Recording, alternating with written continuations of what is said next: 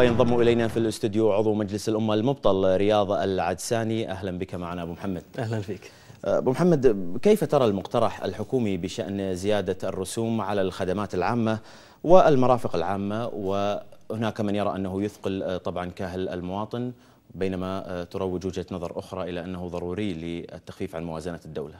بسم الله الرحمن الرحيم. عسى الله يوفقنا في خدمة الكويت. طبعا الميزانية هو 6 مليارات تتحمل عليها اللي هي الدعومات. الكويت الحمد لله عندها فائض مالي، ولكن أمر غريب، الحكومة تتبرع لدول الجوار، تبرعت إلى الأردن، تبرعت إلى السودان، تبرعت لليمن، للمغرب. احنا لا ننكر أن الكويت لها جميل على الدول الجوار، وهذه سياسة خارجية، ولكن أين السياسة الداخلية؟ أنا أتبرع وأريد أن أقر الضرائب من قبل شهر قالوها، وفي إدارة الضرائب في وزارة المالية، يعني في نية، واليوم يقولون والله احنا بنزيد الدعومات وراح تكون على كاهل منو؟ كاهل المواطن والمقيم. احنا خلينا ناخذها واحدة واحدة. لما تقول احنا بنشيل الدعومات، خلينا نرجع إلى سنة 1973 في حرب أكتوبر. شنو سبب البطاقة التموينية؟ ارتفعت خيشة العيش 40 دينار، فاضطروا أن الكويت في وزارة التجارة أن يصدرون بطاقة تموينية على أساس يخففون التكاليف على المواطن. لما نشوف الحكومة تتجه أن تتبرع للدول الأخرى وتقصر في الكويت، معناته السياسة بالكويت خاطئة. احنا نقول حق سمو رئيس الوزراء، أين الخطة وأين سياسة الدولة للمستقبل؟ النفط كان في سنة 2008 135 دولار في أيام رئيس الوزراء السابق، واليوم 105 دولارات. النفط يتراوح ما بين 105 يرتفع 112. لكن شنو الخطة اللي حطيتها لقدام؟ لم تعزز القطاع الخاص. الميزانية وصلت 23 مليار، 10 مليار على الرواتب، 6 مليار يتحملها الدعومات الدولة.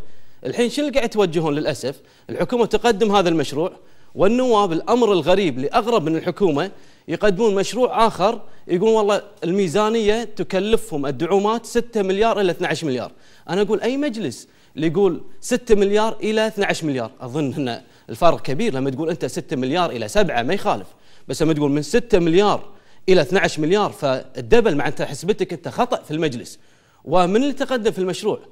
النواب في المجلس بعضهم تضخمت حساباتهم، وبعضهم كان عندهم شركات لم يديروها بشكل صحيح، والشركات شبه فلست. اليوم هؤلاء النواب يقدمون مشروع لتنظيم الاقتصاد في الكويت. انتم اساسا شركاتكم ما عرفتوا تديرونها، بعضكم في البورصه. اليوم جاي لي تقول لي والله انا بحط خطه للاقتصاد وبخفف الدعم للدوله، وما الموضوع واضح جدا. تخفف الكاهل على الدوله والتكاليف، لا خفف تبرعاتك للخارج، ركز على الكويت. أبو محمد، هناك مطالبات دائما تتكرر بأن النفط هو المصدر الرئيسي، ويجب على الكويت أن تنوع مصادر دخلها، وأيضا أن تخفف الاعتماد بشكل أساسي على النفط كمصدر وحيد وأساسي للدخل. إذا تحركت الحكومة تواجه وتجابه بالانتقادات الشديدة كما تتفضل به الآن، ما المخرج من هذه الحالة؟ احنا نقول المخرج عزز القطاع الخاص. لما نشوف الدولة من تقريبا 6 سنوات إلى اليوم لم يتم تعزيز القطاع الخاص، زادت التكاليف، زيادة الرواتب بطريقة عشوائية. يجب أن تكون هناك دراسة، وتأتي الحكومة تقول والله أنا بشيل الدعم عن منو؟ عن المواطنين بالنسبة حق السلع. هذا أمر غير مقبول. يعني تشيل الدعم عن المواطنين راح ترتفع الأسعار. مو كل الكويت قادرين اليوم يدفعون. بالإضافة هناك أن راح يزيدون التكاليف للتأمين الصحي للوافد. خلينا نتكلم بإنسانية. يوم الدستور قال العدل والمساواة بين كل الناس، ما حدد بس المواطنين. فلما أنت تقول الوافدين 2 مقابل مواطن واحد، فأكيد بيشوفوا بالمستشفيات أكثر. احنا بنتكلم بالجانب الإنساني. بدل أنا أزيد الرسوم على الوافدين يفترض أن أبني مستشفيات. ليش أنا كدولة الكويت أبني مستشفيات وعدلت في الأردن بالنسبة حق الأمور الخدمات الصحية، وبالكويت ما عدلت؟ في المجلس المبطل تقدمنا في المدينة الطبية، مشروع متكامل في الجهرة وفي مدينة الكويت وفي فحيحين، مجمع مستشفيات مختص في القلب، في الرئة، في السرطان، بعيد شرع الكل، والحكومة رفضتها. قلنا شنو السبب انتم رفضتوا؟ شنو عذرهم؟ العذر أقبح من ذنب. يقول والله احنا قطر والسعودية يدفعون للممرضين والممرضات أكثر من الكويت، ولا عندنا سيولة على أساس ندفع. ما القطاع الخاص اللي كان بيديرها، ما راح تدفع شيء الحكومة إلا شيء بسيط، راح يكون هو تقريبا شراكه ما بين القطاع الخاص وما بين الحكومه، والحكومه راح تدخل 20% عن طريق الهيئه العامه للاستثمار. فالحكومه لا ترغب وبعدين تحمل كل هذه سلبيات المواطن، لا احنا نقول نحملها الحكومه. لا في رؤيه للمستقبل وتتراجع الدوله في ظل الوفره الماليه. نسال رئيس الوزراء مره حاسبت وزير لما يكون مقصر، انت عندك رقابه ذاتيه على نفسك. فقبل لا تقررون ان تنزلون الدعومات شوفوا ادائكم، ما انتم زدتوا مكافآتكم يا الوزراء، كانت بالتسعينات 30,000 وبعدين صارت في نهايه السنه 100,000، اليوم 200,000. انتم تزيدون مكافآتكم وتقولوا انا بقلل الدعومات على المواطن، هذا الامر غير مقبول. والمجلس يقدم مشروع اخر يقول والله احنا بنخفف الدعومات على المواطن. ما المجلس هذا شو اللي يقدمه؟ كل قانون أسوأ من الثاني. يا اما تقليص العقوبه يا اما تخفيف الدعم بحجه انه بنوفر على الميزانيه. نعم. بالنسبه لمشاريع اخرى ابو محمد، الان هناك ردة فعل سياسيه واعلاميه عنيفه ازاء قانون الاعلام الموحد، كيف ترى هذا القانون؟ قانون الاعلام الموحد هو قانون الاعدام الموحد للحريات، ويخالف نص الدستور في الماده 36 و37، له حريه التعبير والصحافه. واليوم لما نشوف الدوله تتراجع في ظل عندنا الانترنت والتطوير، لما نقارن القانون الحالي جدا أسوأ بالقانون السابق. يفترض احنا نقر ان هناك مزيد من الحريات، لكن في ظل هذا المجلس استغرب بعض النواب يقولون ان هذا القانون جيد لانه لا يوجد فيه حبس. من اللي قال ما يوجد فيه حبس؟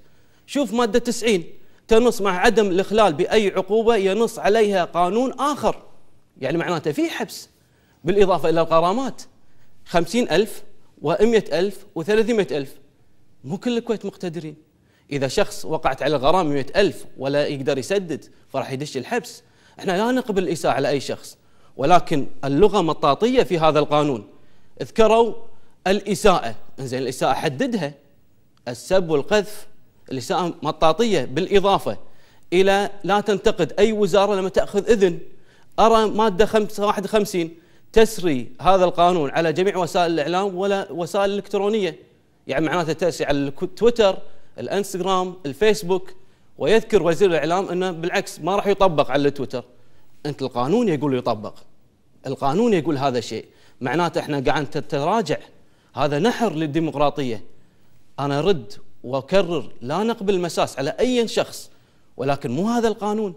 الكويت اليوم تمثل عالميا من الصحافه 77، يعني نعتبر عالميا جيدين، لا ممتازين ولا مقبول.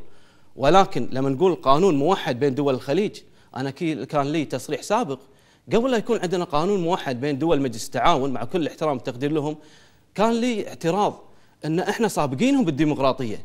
يفترض هم يأتون لمرحلتنا وثم نسوي قانون موحد. لكن الوثيقة الأمنية رجعت الكويت للوراء، بالإضافة إلى الإعلام الموحد رجع الكويت للوراء. فأين تسير الحكومة في ظل هذا المجلس التعيس؟